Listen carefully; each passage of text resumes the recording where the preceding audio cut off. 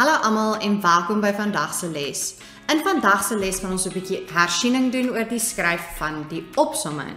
Hello everyone and welcome to today's lesson. In today's lesson we are going to do a quick revision on the writing of a summary. So kom ons kyk gou weer, wat is 'n opsomming? What is a summary? 'n Opsomming is 'n verkorte weergawe van 'n langer teks. Ons wil slegs die belangrikste inligting uithaal en ons wil dit neerskryf in 5 sinne. As jy eerste addisionele taalstudent is, gaan jy die sinne puntgewys neerskryf. Onthou, jy mag nie aanhaal uit die teks nie en onthou dat 3 opeenvolgende woorde as 'n aanhaling klassifiseer. So what is a summary? A summary is a shortened version of a longer text. What we want to do is we want to take the most important information and we want to write it in 5 sentences.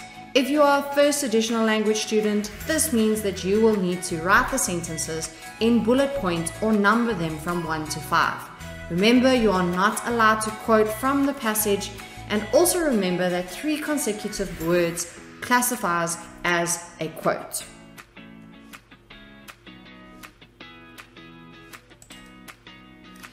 Kom ons kyk na die reëls vir 'n opsomming. Jy moet jou sinne nommer en onthou om nie in die kantlyn te nommer nie. Laat 'n reël tussen elke sin oop. Elke sin moet 1 feit of wenk of voordeel en 1 rede gee. Onthou, jy mag nie aanhaal nie, dit is -1 per aanhaling wat jy gebruik. Dui die aantal woorde in die middel van die bladsy in vierkantige hakies aan. Jou opsomming moet tussen 56 en 70 woorde lank wees. As dit langer is dit -1. Gebruik voegwoorde om die wenk of feit of gevolg of opinie en die rede in 1 sin te skryf. Onthou, daar sal net 1 feit en 1 rede per paragraaf wees. Let's look at some rules for the writing of a summary.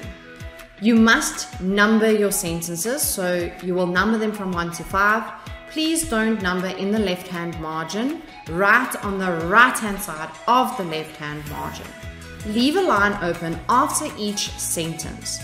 Every sentence must contain 1 fact or tip or advantage or whatever the question is asking you for, as well as a reason for the fact or the tip or the advantage. Remember, you are not allowed to quote. You will get -1 for every quote that you give. Remember to indicate the amount of words in the middle of the page in block brackets, and your summary should be between 65 and 70 words in length. Please stick to this word length. If you go over 70 words, you will receive -1. Then try and use conjunctions to join your fact or tip or opinion or advantage to the reason so that they are written in 1 sentence. Remember, you will only receive 1 fact and 1 reason per paragraph given in the passage. Okay, so hoe gaan ons te werk met ons opsomming? How do we start writing a summary? Die maklikste manier om 'n opsomming te skryf is om die losmetode te volg. The easiest way to write a summary is to follow the loss method. Okay? So wat is die losmetode? Eerstens gaan ons lees. So ons lees die teks wat vir ons gegee word, ons lees alles. Ons begin by die instruksies en ons lees die hele teks. Maak seker jy verstaan die teks wanneer jy die teks lees. So the first thing we want to do in the loss method is we want to lees, we want to read. So we are going to read everything. We are going to start with our instructions, read all of our instructions, make sure we understand the instructions, and then we are going to read our text and make sure we understand our text. Dan gaan ons onderstreep en orden. Die tweede stap in die losmetode is om te onderstreep en orden. Ons gaan die wenke of die nadele, die redes, die gevolge, die besluite, die keuses, die opinies, die idees, die feite, of wat ook al die instruksie vir jou vra om op te som, gaan jy nou soek en onderstreep wanneer jy die teks die tweede keer lees en dan gaan jy dit vir jouself orden. So the second step in our loss method is to underline the information that was asked in the instructions, whether it's the tips, the disadvantages, the advantages, the choices, the opinions, the ideas, the facts, and the reasons, we are going to underline it when we read this text the second time, and we are going to order this information for ourselves. Die laaste stap in die losmetode is dan om te skryf. Skryf nou dit wat jy onderstreep het in jou eie woorde. Gebruik sinonieme en antonieme en verander die woordorde van die sin waar jy kan, sodat dit in jou eie woorde geskryf is. The last step in the loss method is to write that which you have underlined in your own words. So you've underlined 5 sentences that you found are important. You have underlined the fact and the reason. Now we are going to take what we have underlined and we are going to write it in our own words. How do we do that? Look for any words where you can use the synonyms and antonyms for those words instead, because then you are already saying the sentence in your own words. Try and change the word order, but remember, the sentence must still make sense. So if you are going to change the word order, make sure your sentence structure is still correct and that your sentence still says exactly what the passage says, only this time in your own words. Ons gaan nou gou kyk na 'n voorbeeld van 'n opsomming. Hierdie voorbeeld kom uit die IEB September 2019 Vraestel 1. We are going to look at an example of a summary question, and this question is from the IEB September 2019 paper 1. Okay, so ons gaan die losmetode gebruik om die opsomming te voltooi. We are going to use the loss method to complete this summary. So ons begin eers met lees. Ons gaan deur die instruksies lees, ons gaan kyk wat die instruksies vir ons sê wat om te doen, en dan gaan ons deur die opsomming lees. Daarna gaan ons enige belangrike inligting onderstreep, en dan gaan jy self die opsomming skryf. So we are going to look at this summary. We are going to use the loss method to complete this summary. So firstly, we're going to start by reading. Okay, that's the first step in the loss method. So we are going to read through the instructions. We are going to read through the summary.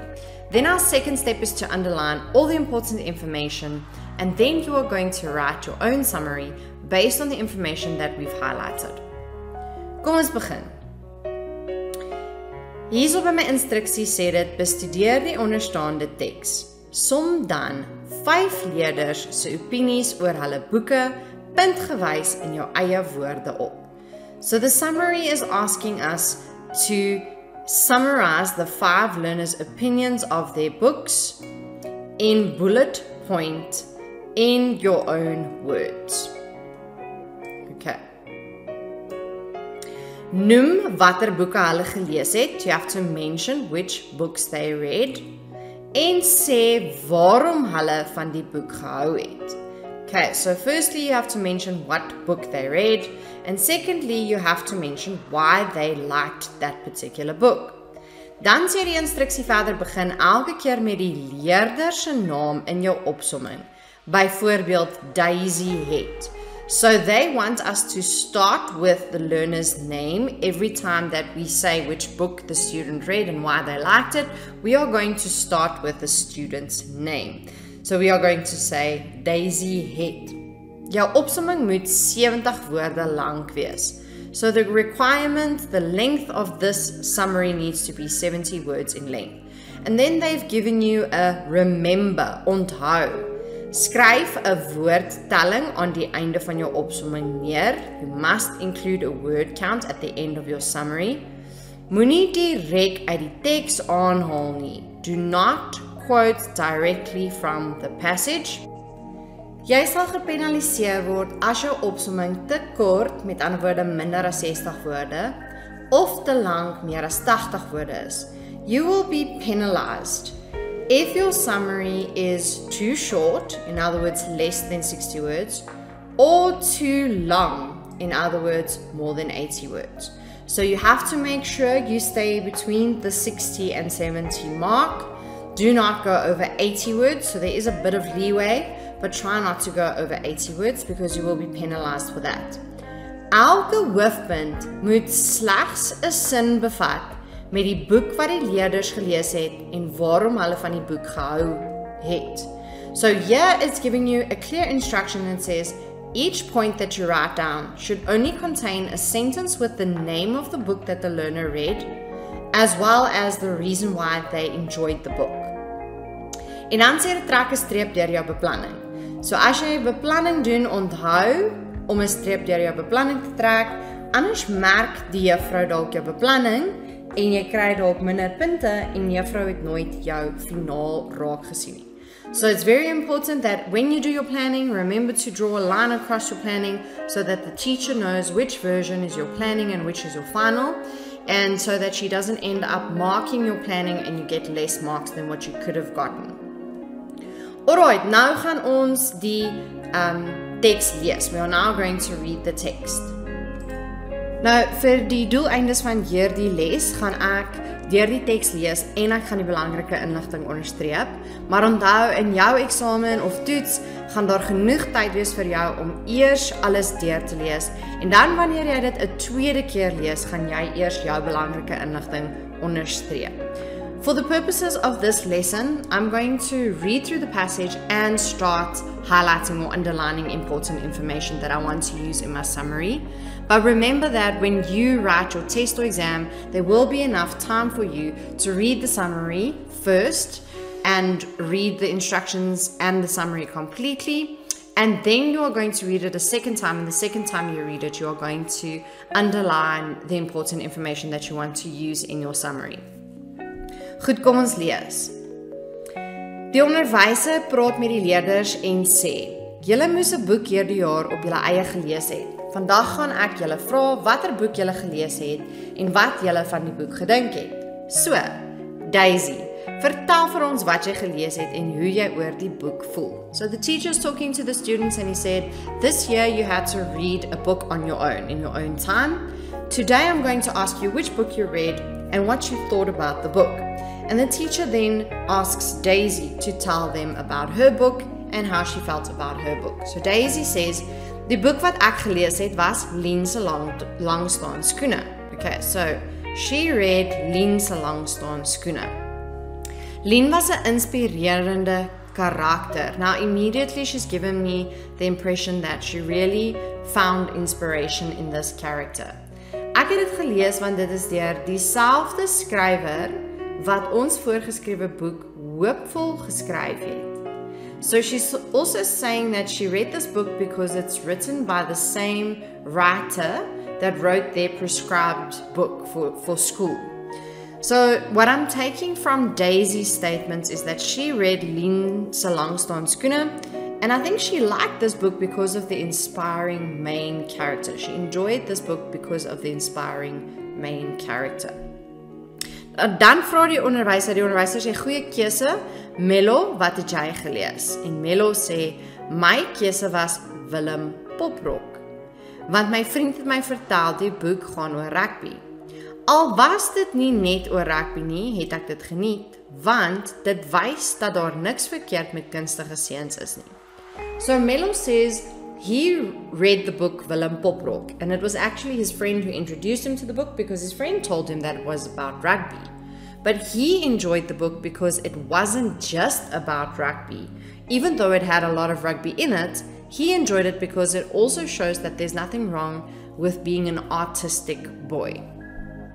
Dan sê die onderwyser, en jy is mos mal oor rugby. So the teacher says, and this book would have suited you because you are crazy about rugby. En jy, Zaria sê, ek het 'n liefdesverhaal bewustelik joune deur Elsa Winkler gelees, want ek het sopas uitgevind, die liefde is wonderlik en dis alwaaraan ek kan dink. Elsa verstaan die liefde en beskryf dit so akkuraat. So when it's Zaria's turn, she says she read a love story, and the love story is called Bewustelik Joune. She says that she recently discovered that love is a wonderful thing and it's everything and all that she can think about. And she says Elsa, the writer of this book, knows how to describe love accurately and she understands love. So Zaria likes this book because she finds that the writer gives a good description of love and that her description of love is accurate. So it's possible that Zaria is also at this stage in love, and that's why the book she identifies so much with the book. Dan sê die onderwyser, dankie Zaria, Michael en jou boek. Michael sê, ek het Koers deur Dion Meyer gelees. Dis so wonderlik om oor jou eie land te lees en plekke te herken wat beskryf word. So Michael read Koers deur Dion Meyer and he says it was just so nice for him to read about his own country and to read about places that he recognized that are being described in this book. En dan sê die onderwyser, dit klink interessant, Mbali en jy, en Mbali sê, soos almal in die skool weet, is ek mal oor lees, ek het baie boeke gelees, maar my gunsteling was Vraestel deur Annelie Botha. Dit is 'n verhaal oor autisme met 2 onvergeetlike vroue karakters, wat my van die begin af aangegryp het. So, Mbali is a reader. She loves reading and everyone in the school knows she loves reading. She says that of all the books she's read, Vraestel was her favorite. This tale is about autism and it's about 2 unforgettable female characters that grabbed her attention right from the start. Okay, nou het ons die instruksies gelees en ons verstaan wat daar van ons verwag word. Ons het die teks gelees en ons verstaan waaroor die teks gaan. Toe het ons al die belangrike inligting geonderstreep om dit vir ons bietjie makliker te maak om te weet wat ons wil gebruik in ons opsomming en wat ons wil uitlaat. So we read the instructions and we understood what they wanted from us. We've read the passage and we understood what the passage was about. We also highlighted or underlined important information that we want to use in our summary. Now we are going to use this information that we have highlighted and underlined. We are going to write it in our own words and that will end up being our summary. So kom ons kyk hoe doen ons dit. Die eerste ding wat ek hier gaan doen is, ek gaan begin met Daisy. I'm going to start with Daisy. Now we need to state which book Daisy read and why she liked the book. And I'm going to put that all in one sentence. So ek gaan begin met Daisy het van Lien se langstaan skoene gehou. I'm going to start with the book that she liked. So I'm saying, Daisy liked the book Lien se langstaan skoene. Dan gaan ek 'n rede gee hoekom. Wanneer ek 'n rede gee hoekom ek van iets hou, gaan ek die sin verbind met omdat. I'm going to join the sentence with omdat, which means because. So I've stated which book she likes. Now I'm going to explain why she liked the book.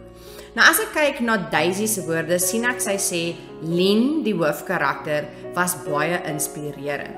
So the reason why she liked this book was because the main character was very inspiring. Nou ek kan nie die woord inspirerende hoofkarakter gebruik nie, want dan sal ek aanhaal. I can't use inspirerende hoofkarakter in my sentence because that means I would be quoting. I can use words from the passage, but I can change the word order and I can use different forms of the word or synonyms for the word.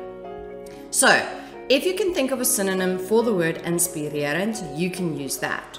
I chose to change the form of the word. So in my sentence I said, omdat die hoofkarakter vir haar 'n inspirasie was. So I said, she liked the book Lien se langstaan skoene because the main character was inspirational for her. So as you can see, I've changed the word inspiring to inspirational. And in that way, I am not quoting. I've changed the word order so that none of the words that are in the passage are directly used in my sentence. And you'll notice that even though I changed the word order, I am still saying the same thing that is being said in the passage. So al het ek die woordorde bietjie verander en die woorde bietjie verander, sê ek presies dieselfde ding wat die teks sê. En dit is wat 'n opsomming is. 'n Opsomming wil hê jy moet presies dit wat in die teks voorkom en dit wat die teks vir ons wil sê in 'n korter weergawe opsom. So that is exactly what a summary is. It wants you to take the important information in the text, in the passage, and to create a shorter version of the information. So kom ons kyk na Melo se woorde. Let's look at Melo's summary. So ek gaan weer begin met Melo het van Willem Poprok gehou. So ek sê eers van watter boek het hy gehou. En dan sê ek omdat, so gebruik die voegwoord omdat. En hierso in sy woorde sien ek hierso in die laaste sin het hy gesê, hy het die boek geniet want dit wys dat daar niks verkeerd met kunstige seuns is nie. So, in his last sentence, he said that he enjoyed the book because it shows that there's nothing wrong with artistic boys. So hierdie sin is dan nou in die negatief. So wat ek gaan doen is, ek gaan die positief van die sin gebruik. This sentence is in the negative. So when I write my summary, I'm just going to change the sentence to positive. And in doing so, I'm going to change the word order slightly, and I'm going to use a different form of the word kunstige. So here it says artistic boys, and I'm going to say he liked the book because it shows that boys can also be artistic. But in Afrikaans, the word artistic, when it's behind the noun, changes form slightly. So, ek gaan sê Mello het van Willem Poprok gehou, omdat dit wys dat seuns ook kunstig kan wees. So ek het glad nie gesê dat daar niks verkeerd is met kunstige seuns nie. Ek het gesê die boek wys dat seuns ook kunstig kan wees. So ek het die positiewe van die sin gebruik en dit beteken nog steeds dieselfde ding. I used the positive side of the sentence and it means exactly the same thing. Kom ons kyk na Zaria se woorde. Let's take a look at Zaria's summary. Weereens gaan ek begin met Zaria het bewustelik joune geniet. En hier kan julle sien ek het 'n bietjie die woorde verander want dit raak bietjie herhalend as ek die hele tyd sê hulle het gehou van die boek. So yeah, I started with Zaria enjoyed the book, so I changed the wording a little bit. So she liked the book bewustelik joune. Nou as ek Zaria se woorde lees, kan ek sien dat sy iemand is wat so pas verlief geraak het. I can see here that she's someone who has recently fallen in love because she says she recently found out how wonderful love can be and it's all that she can think about. And then she says, Elsa verstaan die liefde en beskryf dit so akkuraat. She finds that the writer understands love and describes it so accurately. So I would say she liked the book because of the writer's description of love that is so accurate to her. So Zaria het bewustelik joune geniet want, en hierso kan julle sien ek het daar 'n bietjie 'n ander voegwoord gebruik. I used a different conjunction. I used want this time. 'n Akkurate beskrywing van liefde word gegee. Why did she enjoy the book? An accurate description of love is given. So ons hoef niks te sê van die skrywer Elsa nie, ons hoef niks te sê van die feit dat Zaria dink liefde is wonderlik nie. Al wat ons gaan sê is, sy het die boek geniet, want sy dink daar is 'n akkurate beskrywing van liefde wat gegee word in die boek. En hier kan julle weer sien, ek het die woord bietjie verander. So in plaas van akkuraat het ek gesê akkurate beskrywing. In plaas van beskryf het ek gesê beskrywing. So toe ek die woordorde bietjie verander, het die woorde se vorm bietjie verander en dit sê nog steeds presies dieselfde ding. So when I rewrote the sentence, even though I used words from the passage, I changed their form, I changed the word order, it still means exactly the same thing. Okay, kom ons kyk na Michael se woorde. Let's take a look at Michael's words. So ek gaan weer begin met Michael het en ek gaan sê watter boek hy geniet het. Michael het koers geniet omdat hy die bestemmings in die boek herken het. So I said that Michael enjoyed koers because he liked the destinations in the book, which he recognized. He recognized some of the destinations as destinations in his homeland. So as ek Michael se woorde lees, het ek gesien dat hy sê, dis wonderlik om oor jou eie lande te lees en plekke te herken wat beskryf word. He says he enjoyed reading about his own country and recognizing places that are being described in the book. Now I want to use a different word for places. I'm going to use the synonym. So I have used bestemmings, which is destinations. So ek het gesê Michael het koers geniet omdat hy die bestemmings in die boek herken het. He enjoyed the book because he recognized the destinations that were described in the book. Ons hoef nie te sê dat dit beskryf word nie. Ons kan net sê hy het dit herken. We don't have to go into detail and say he enjoyed his own country's description, things like that. We are just going to summarize it briefly. So we don't have to write all the information. We can just write part of it. And here you can see, because I used the synonym, I have not quoted, and I've also changed the word order. So remember, you are allowed to use words from the passage, as long as you don't use 3 consecutive words. So for example, you can't say plekke te herken. Those 3 words would be quoting if you had to use them in your sentence. You can see in my sentence, those 3 words are nowhere near each other. Bestemming has been used, herken is at the end of the sentence. Okay, kom ons kyk dan nou na Mbali se opsomming. Let's look at Mbali's summary. Okay, Mbali has actually given us a lot of information in the text. She said that everyone knows she loves reading, she's mad about reading, she's read many books, but her favorite was Vraestel. So I'm going to start Mbali's sentence. Mbali het Vraestel geniet omdat. So now I'm going to list the reason why, or state the reason why. She says here that she read about the 2 unforgettable female characters that grabbed her attention right from the start. So the book is about autism, but she enjoyed it because of the 2 main characters, the 2 female characters, which grabbed her attention from the start. So that is why I'm going to use that last part. You can see in her part of the text, I only underlined the last part because only the last part really tells me why she enjoyed the book. So Mbali het Vraestelkind geniet omdat die 2 interessante vroue karakters dadelik haar aandag gehou het.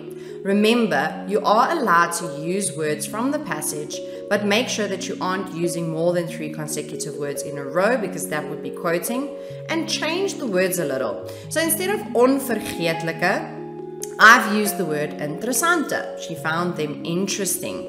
And because I have replaced the words onvergeetlike with interessante, I'm no longer quoting. And then I said omdat die 2 interessante vroue karakters dadelik haar aandag gehou het. She was immediately captivated by them. It immediately grabbed her attention.